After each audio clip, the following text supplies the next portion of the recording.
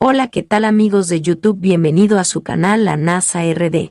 El día de hoy traemos informaciones acerca del primer ministro de Haití, Luis Abinader.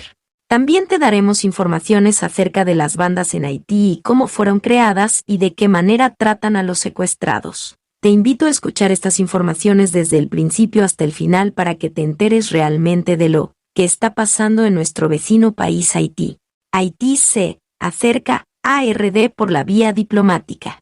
Primer ministro Ariel Henry tiende la mano a Luis Abinader, ante indiferencia de la OEA, críticas de la ONU y duro rechazo de grupos prohaitianos por medidas de control migratorio. Mientras la comunidad internacional voltea la mirada a la crisis de Haití y los grupos prohaitianos enquistados en la República Dominicana despliegan una campaña contra las medidas tomadas por el gobierno contra los ilegales haitianos. El régimen que dirige el primer ministro Ariel Henry tendió la mano al gobierno de Luis Abinader en un esfuerzo por iniciar un acercamiento en procura de reducir las tensiones que ha provocado el estado de inestabilidad política, económica y social de la nación que ocupa el lado oeste de la isla.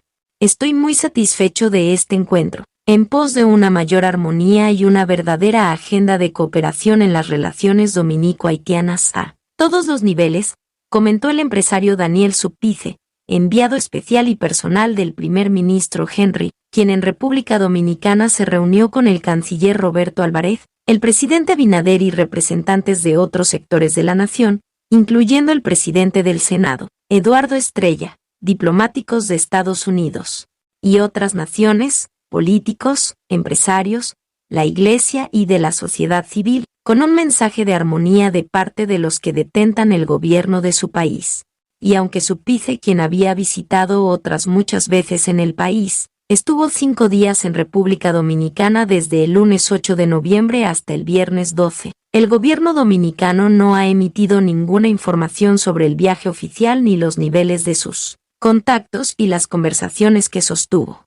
En septiembre pasado, en un discurso ante la Asamblea General de las Naciones Unidas, en Nueva York, el presidente Abinader hizo un llamado a la comunidad internacional a que acudiera en ayuda de Haití a fin de ayudar a la solución de la crisis institucional, política, económica y social que sacude a esa nación, actualmente bajo asedio de peligrosas bandas armadas y una indefinida línea de autoridad. Un llamado similar fue externado la semana pasada por el canciller Roberto Álvarez en el foro de la Asamblea General de la Organización de Estados Americanos, OEA, en Ciudad Guatemala. El canciller Álvarez advirtió que la situación en Haití ha llegado a un punto dramático, por las pandillas y el nivel de violencia e inseguridad, puntualizando que no habrá una solución dominicana a la crisis haitiana, al lamentar que la vida cotidiana en ese país se ha convertido en una pesadilla. De su lado, el controvertido canciller haitiano, Claude Joseph, dijo que su país se encuentra en una situación de seguridad muy difícil, que no puede tener respuesta eficaz a las amenazas contra sus ciudadanos, que hace necesaria una cooperación multilateral para tratar de construir una democracia. El presidente Abinader, asimismo, publicó una declaración en su cuenta Twitter, el 1 de noviembre, en que pidió directamente a los presidentes de Estados Unidos, Francia y el primer ministro de Canadá acudir en ayuda a Haití. La comunidad internacional, en particular Estados Unidos, Canadá, Francia y la Unión Europea deben actuar en Haití y con urgencia. RD continuará el plan anunciado con medidas migratorias más estrictas.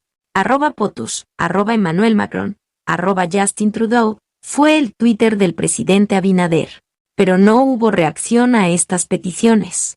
Por el contrario, la OEA hizo una tímida alusión a la crisis de Haití en el texto general de la declaración final de su Asamblea General. El gobierno norteamericano pareció responder el pedido de República Dominicana en la declaración del subsecretario de Estado de la Oficina de Asuntos Internacionales, Todd Robinson, quien en Puerto Príncipe dijo: al final del día, no será la comunidad internacional la que venga al rescate de Haití, serán haitianos. Serán las autoridades haitianas y la Policía Nacional de Haití quienes serán responsables de la seguridad en el país. La tapa al pomo se la puso la ONU con una declaración de prensa este martes en que critica las medidas de control y repatriación migratoria que aplica República Dominicana contra los haitianos.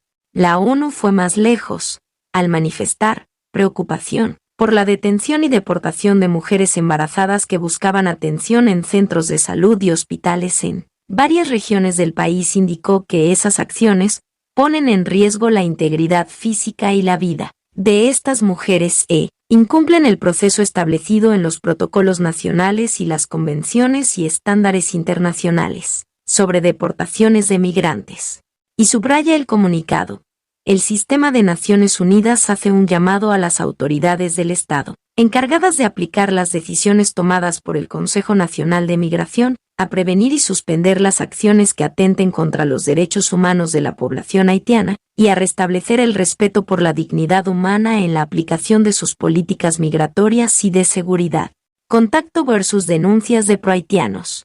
La presencia de Subtice en el país, entonces, trató principalmente de limar las asperezas que generaron las declaraciones a través de su cuenta de Twitter del canciller Claude Joseph, quien de forma destemplada endilgó críticas al presidente Abinader y a los dominicanos, a propósito del blindeo de la frontera dominico-haitiana y las declaraciones tajantes del gobierno dominicano en el sentido de que su deber esencial es la garantía de la seguridad nacional. Y al tiempo que selló la frontera con más de 12.000 efectivos militares, equipados con armas, vehículos, helicópteros y aviones, el gobierno dominicano puso en marcha una serie de medidas de control de los indocumentados haitianos con repatriaciones y en especial en los temas de la renovación de visados a los estudiantes haitianos y de parturientas que vienen a alumbrar al país. Los grupos prohaitianos enquistados en estructuras mediáticas, ONGs, organizaciones profesionales y hasta religiosas, han hecho duras críticas al gobierno por la puesta en ejecución de las medidas de control migratorio, repatriaciones de indocumentados, sobre la renovación del visado de estudiantes, y en forma más dura, sobre la prohibición de alumbramiento de mujeres embarazadas en los hospitales dominicanos, salvo en caso de emergencia, medidas que han calificado de abusivas, groseras, despiadadas y apartadas al respeto a los derechos humanos. Sobre el tema de las embarazadas, esos grupos de presión hicieron circular un video de una mujer haitiana que había sido detenida y contra la que pesaba una orden de repatriación, pero quien presentó parto cuando era llevada al centro de detención de Jaina y a quien las autoridades llevaron a un hospital, donde alumbró con una cesárea y a quien luego de su recuperación fue retornada al centro para esperar su traslado a la frontera para ser enviada a su país, junto a su recién nacido. Las bandas en Haití ahora quieren poder. Estamos asistiendo a la creación de un monstruo. Gedeon Jan, director de la organización que contabiliza la violencia en Haití, describe a las nuevas bandas como una combinación de narco mexicano, pandillas centroamericanas y la exguerrilla colombiana. ¿Cómo surge la banda que está detrás del secuestro de los misioneros estadounidenses? R400 Maguoso es una banda rural que comenzó en Tomasó robando animales y su nombre se puede traducir como los vulgares. Ellos se instalaron en la zona de Croix de Bucá de la capital y han ido creciendo mucho en los últimos tiempos. Según nuestros datos, son los responsables de la mitad de los secuestros en el país. Una víctima nos contó cómo le llevaron a un lugar donde había más de 700 vehículos. P. ¿Cómo es el trato a los secuestrados? R. Ellos quieren su dinero cuanto antes y tratan de acelerar el pago con violencia, golpes, hambre, torturas. Otras veces queman el cuerpo de la persona durante una llamada telefónica para que su familiar escuche los gritos. En la mayoría de los secuestros las mujeres son abusadas sexualmente. En el 90% de los casos son liberados después de varios días y es muy raro el caso en que son asesinados. El objetivo es tener dinero y también crear una crisis y una desestabilización política. No hay un lugar en América que sea territorio seguro para los haitianos. Decenas de miles de personas procedentes del país caribeño se encuentran en un riesgo constante en su tránsito por el continente.